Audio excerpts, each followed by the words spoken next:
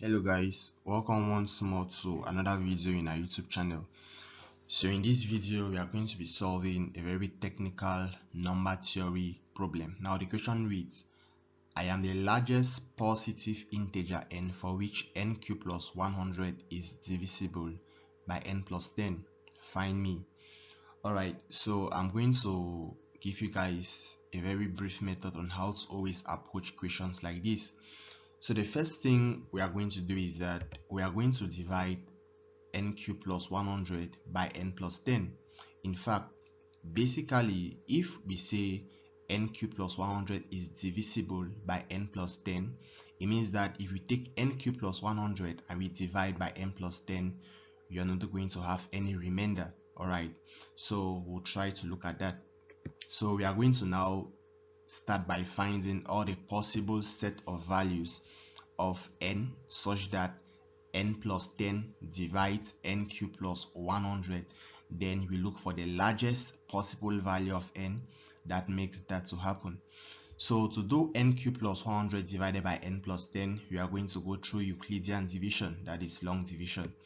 So n cubed plus 100 divided by n plus 10, n cubed divided by n just gives us n squared.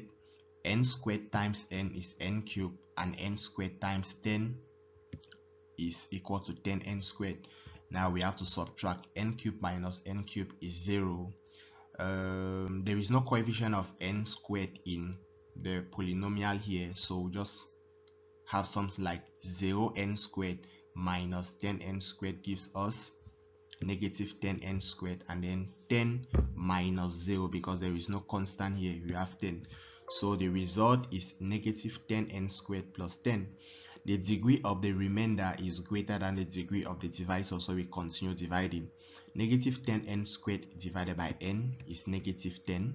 Negative 10 times n is negative 10n squared, and negative 10 times 10 is negative 100n. Now we have to subtract as well. So when we subtract, minus 10n squared minus 10n squared is 0. Now there is no coefficient of n in this previous polynomial, so we just have something like 0 minus negative 100n is just 100n. Then 10 minus 0, because there is no constant in the second polynomial, we get 10. The degree of the new remainder is equal to the degree of the divisor, so we still continue dividing. 100n divided by n is equal to 100. 100 times n is 100n, and 100 times 10 is 1000.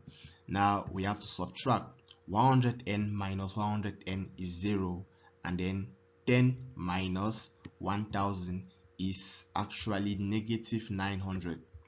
Okay, so sorry for the error. So here we are supposed to have negative 900.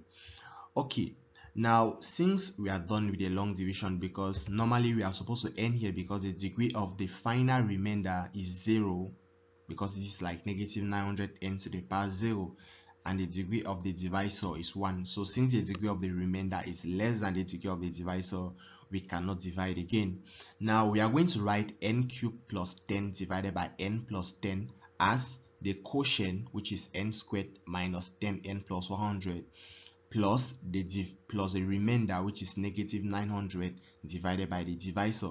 That's a basic principle of Euclidean division. So n cubed plus 10 on n plus 10 is equal to n squared minus 10n plus 100, which is a quotient, then plus negative 900 over n plus 10, plus negative 900 just becomes minus 900, all divided by n plus 10.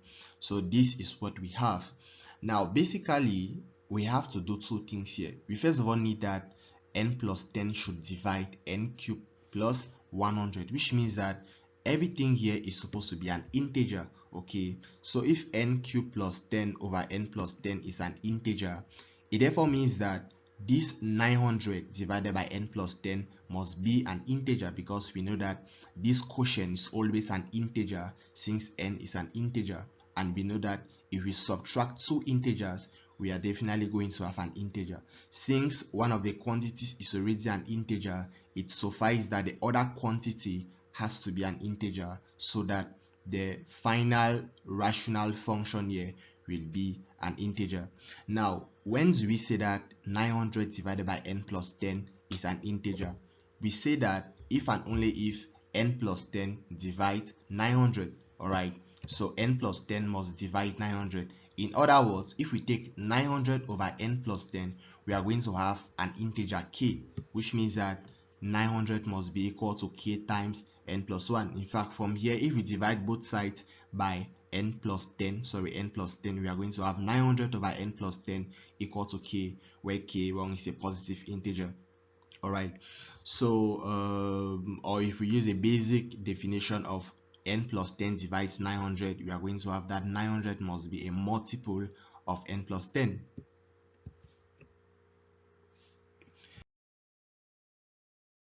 Now, when we have 900 equal to k into n plus 10, now since 900 is an, in fact, I'm going to rewrite it this way: k into n plus 10 must be equal to 900. Now 900 has many factors, so I'm going to write 900 as a product of two factors many times, because the left hand side is a product of two quantities. Then I start comparing the quantities. So basically 900 is equal to 1 times, actually plus or minus 1 times plus or minus 900. But since we are dealing with, our objective is to find the largest possible positive integer, I will ignore all the negative divisors of 900. So I will begin with k into n plus 10 equal to 1 times 900, as well as you can still write it as 900 times 1. Okay, now we can still write it as 2 times 450, or 450 times 2. We can still write it as 300 times 3, or 3 times 300. Now if we do that until we have all the factors, or all the divisors, that when you multiply you're going to have 900. But our main focus is actually to get the largest positive integer n.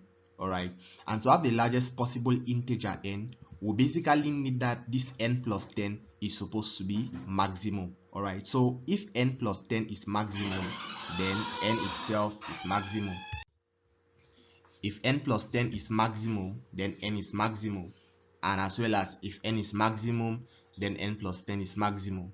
Now when is n plus 10 maximum in these cases? Because in these cases we can have k, when k is equal to 1, n plus 10 is equal to 900. When k is equal to 900, n plus 10 is equal to 1. When k is equal to 2, n plus 10 is equal to 450, and so on and so forth.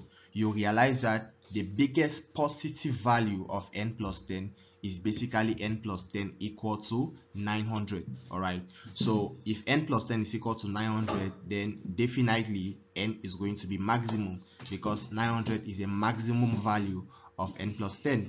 Now if n plus 10 is equal to 900, you realize that n will be equal to 890. So in conclusion, n cubed plus 10 is divisible by n plus 10 for the biggest positive value of n being 890. So that is the final answer to that largest positive integer that makes this statement to be true.